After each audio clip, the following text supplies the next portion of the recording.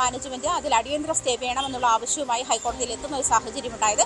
അതേസമയം തന്നെ അന്ന് അതായത് കഴിഞ്ഞ വെള്ളിയാഴ്ച ഈ കേസ് പരിഗണിക്കുമ്പോൾ അടിയന്തര സ്റ്റേ നൽകാനാകില്ല, അത് സർക്കാരിന്റെ ഭാഗം കൂടി ഇക്കാര്യത്തിൽ കേൾക്കണമെന്ന് തന്നെയായിരുന്നു. അതേസമയം നേരത്തെ തന്നെ ഈ കുട്ടിയെ ഹിജാബ് ധരിച്ച് സ്കൂളിൽ വിടില്ല, അതല്ലെങ്കിൽ സ്കൂളിൻ്റെ യൂണിഫോമിറ്റി എന്താണെന്ന് വെച്ചാൽ അത് കീപ്പപ്പ് ചെയ്യാം എന്നുള്ള ഒരു രീതിയിലേക്ക് അച്ഛനും പിതാവും വന്നിരുന്നു. പക്ഷേ പിന്നീട് സർക്കാരിൻ്റെ ഈ നടപടികൾ, അതായത് വിദ്യാഭ്യാസ വകുപ്പ് വീണ്ടും ഈ കേസിൽ ഇടപെടുന്ന ഒരു സാഹചര്യം ഉണ്ടായപ്പോഴാണ് വീണ്ടും പിതാവ് നിലപാട് മാറ്റുന്നതും. എന്നാൽ ഹൈക്കോടതി ഇക്കാര്യത്തിൽ തീരുമാനമെടുക്കട്ടെ, അതിനുശേഷം സ്കൂൾ മാറ്റുന്ന കാര്യത്തിൽ, അതായത് സ്കൂളിൽ പിന്നീട് തൻ്റെ കുട്ടിക്ക് മാനസിക സമ്മർദ്ദമുണ്ട്, അതുകൊണ്ട് സ്കൂളിലേക്കില്ല, ഹിജാബ് ധരിച്ചായാലും അല്ലാതെയായാലും സ്കൂളിലേക്കില്ല എന്നൊരു നിലപാടിലേക്ക് പിതാവ് പിന്നീട് എത്തുകയും ചെയ്തിരുന്നു. അതേ തുടർന്നാണ് വിദ്യാഭ്യാസ വകുപ്പ് ഇതിൽ ഇടപെടുന്ന ഒരു സാഹചര്യമുണ്ട്. അത് DD ഇത്തരത്തിലൊരു ഉത്തരവ് സ്കൂളിന് നൽകുന്നതും ഒക്കെ. അതിനുശേഷമാണ് ഈ ഹൈക്കോടതി ഈ വിഷയത്തിൽ എന്ത് മറുപടി പറയുന്നു എന്നുള്ള കാര്യത്തിൽ തീരുമാനമാകട്ടെ, അതിനുശേഷം മറ്റു കാര്യങ്ങൾ എത്താൻ തീരുമാനമെടുക്കാം. TC വാങ്ങണോ വേണ്ടയോ എന്നുള്ള കാര്യത്തിൽ തീരുമാനമെടുക്കാമെന്നുള്ള കാര്യത്തിലൊക്കെ പിതാവ് പിന്നീട് നിലപാട് മാറ്റുന്ന ഒരു സാഹചര്യത്തിലേക്ക് വന്നതും അങ്ങനെയാണ്.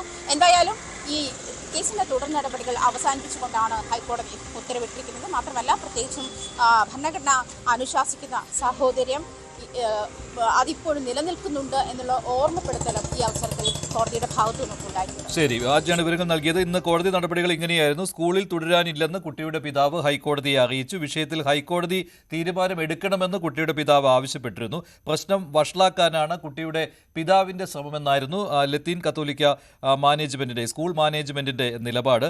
ലത്തീൻ കത്തോലിക്ക മാനേജ്മെന്റിനോട് എതിർപ്പില്ല എന്ന് കുട്ടിയുടെ പിതാവ് അറിയിച്ചു. രാജ്യത്ത് നിരവധി സ്കൂളുകൾ മാനേജ്മെന്റ് നടത്തുന്നുമുണ്ട്. പക്ഷേ ഈ സ്കൂളിൽ മാത്രമാണ് ഇങ്ങനെയൊരു പ്രശ്നമെന്നാണ് അഭിഭാഷകൻ കോടതിയെ അറിയിച്ചത്. കുട്ടിയുടെ അവകാശത്തിൽ ഇടപെടണം, ഒരു ഉത്തരവ് വേണമെന്നാണ് കുട്ടിയുടെ അഭിഭാഷകൻ, പിതാവിന് വേണ്ടി ഹാജരായ അഭിഭാഷകൻ കോടതിയെ അറിയിച്ചത്. എന്നാൽ കോടതി ഇങ്ങനെയൊരു ഉത്തരവിലേക്ക് പോയില്ല. താനും ലത്തീൻ കത്തോലിക്ക മാനേജ്മെന്റ് സ്കൂളിലാണ് പഠിച്ചതെന്നും ജഡ്ജി വാദത്തിനിടെ പറയുകയുണ്ടായി.